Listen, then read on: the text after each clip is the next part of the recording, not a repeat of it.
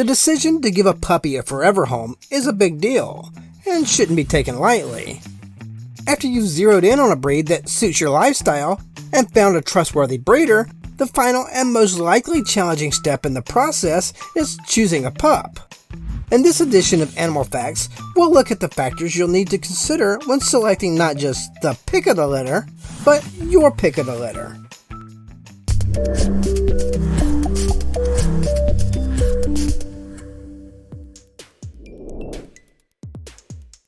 Before you visit the puppies, or even before they're born, you should ask the breeder if it is the mother's first litter with their father. It is a good idea to wait until the third litter with a particular sire. If a pair has produced at least 2 groups of healthy offspring, they are very likely to continue to make strong babies with agreeable personalities. Be sure to ask the breeder about the general health of the litter. Listen to red flags such as hesitancy or inability to answer questions. If the breeder is confident, it usually means that the puppies are healthy. It may also be in your best interest to visit the mother before the puppies are born. The mother's physical and mental health is key to the overall well-being of the litter, more than that of their father. A frail or weak mom will probably produce a litter of the same constitution, even if the dad is robust. The next step is to visit the litter as soon as possible. Typically, breeders won't show a litter until they're about 8 weeks old, so make sure you get a spot at the top of the visitation list. Keeping in contact with the breeder before the puppies are born will increase the probability of you getting an early visitation because you will have built a rapport and shown them that you're serious about adding one of their pups to your family. Securing a visitation as early as possible will give you a wider selection to choose from and allow you to view the entire litter, as the best pups will go first and fast. It's very easy to become emotionally attached to a soft, wet-nosed snugglebug, even if you know they're not the one for you. So it might be a good idea to take a wingman or woman with you. A trusty, level-headed sidekick who can objectively help you assess the puppies. First, observe the interaction between the puppies. Unless your lifestyle would be a good fit for an aggressive or shy adult dog, avoid the dominant pup that pushes the others around or the one that cowers in the corner. Look for a puppy with an even-keeled demeanor that will interact with its siblings and you. A pup that is playful, curious, and easygoing is much easier to train than one that is too brash or too timid. Don't allow the breeder to downplay aggression or fearfulness in a pup.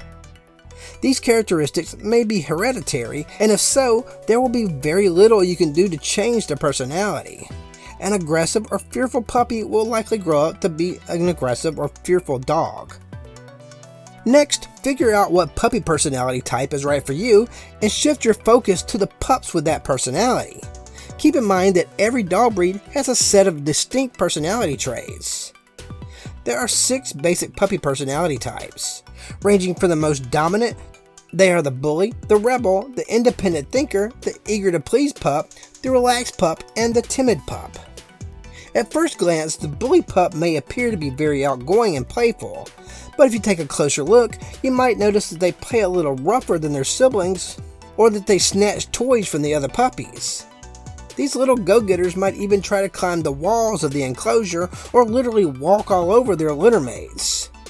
This type of puppy is fearless, intelligent, and stubborn, and although a strong personality is not typically seen as a flaw, it can be a problem if you don't have time to properly train or interact with them. Physical and mental stimulation are paramount to the well-being of an assertive puppy. A naturally aggressive pup that is bored or has lots of pent-up energy needs something to do. If you don't keep them occupied, they will find something to do, and you may not like it. This type is usually not the best fit for a person who is rarely at home or a family with small children. The rebel is an adventurous, playful, and charming extrovert. They can be assertive, but are rarely, if ever, aggressive. This type of pup is a great match if you have energy to burn, older children, or teens. A puppy that is sociable and fun-loving, but is also content sitting or playing along with a toy, has an independent thinker personality. This type of pup is a chameleon. It has no problem going with the flow. They're usually game for whatever the day brings, whether it's a hike, a trip to the beach, or a lazy afternoon in the hammock. These pups do well in a balanced, stable home, perhaps one with older adults or no children. The eager-to-please pup will get extremely excited when it interacts with you. It may even get excited at the thought of interacting with you. If you make an instant BFF that constantly wags his tail or licks your face or makes little puddles of joy at your feet, then you've probably met a pup that aims to please. This type hates to be left alone, so be sure you have plenty of time to devote to spend with him. With firm training and positive reinforcement, this canine makes a wonderful family pet. A relaxed pup may not be as bright or energetic as its litter mates, but it will shine at balancing socialization, playtime, and restfulness. This laid-back pup might be the one for you if you're mature or have young children at home. Our last type, the timid pup, is shy and completely submissive. Instead of walking over you, this puppy might cautiously army crawl on its tummy to get to you.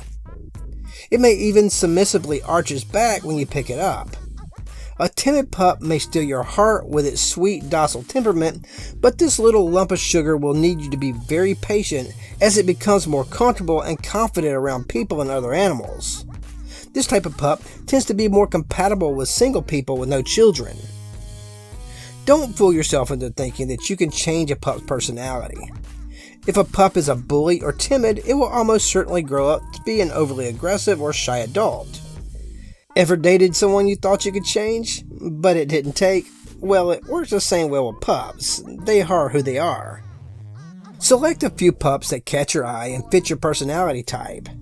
Then evaluate them individually. Pick each one up and hold it in your arms. If it wiggles or whimpers continuously, it may be a sign that it hasn't been socialized properly. If it struggles a little bit, then settles down quickly when it looks at you, then you may have a keeper. Another way to gauge its comfort level is to touch its mouth, paws, and ears. A puppy that has been handled properly will have no problem with you touching these areas. You can also sit or kneel and try to call the puppy to you. Snap your fingers or pat your thigh to get its attention.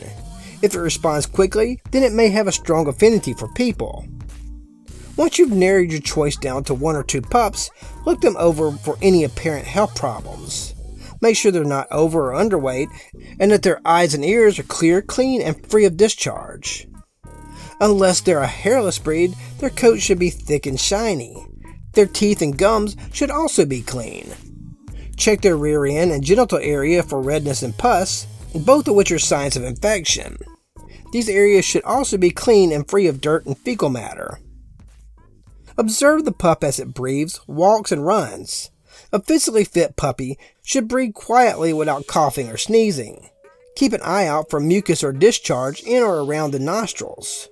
Watch how the puppy runs and walks, and take note of any limping, stiffness, or signs of soreness, which could indicate hip or joint ailments that could advance as it gets older. Finally, test a puppy's jaw control by letting it gently nip at your hands. As it starts to use a little more force, respond with a high-pitched verbal reaction. Ideally, the pup should react in a concerned or apprehensive manner. It is also normal if it briefly stops and then continues happily to munch on your hands. If your puppy responds properly to people and other pups who are in pain, they are more likely to grow into adult dogs that have excellent control over their jaws. Once your dog has mastered jaw control, it can engage in a playful romp with another dog without causing serious injury. Once you've selected your new bundle of joy, take it to a reputable veterinarian for a more comprehensive health screening. Be sure to get your puppy's vaccination and worming records from the breeder before you make the purchase, and bring them to the appointment. Hey, thanks for watching. If you liked this video, here are a few more you're sure to enjoy. If you're a subscriber, thank you. If not, what are you waiting for? And as always, catch you next time.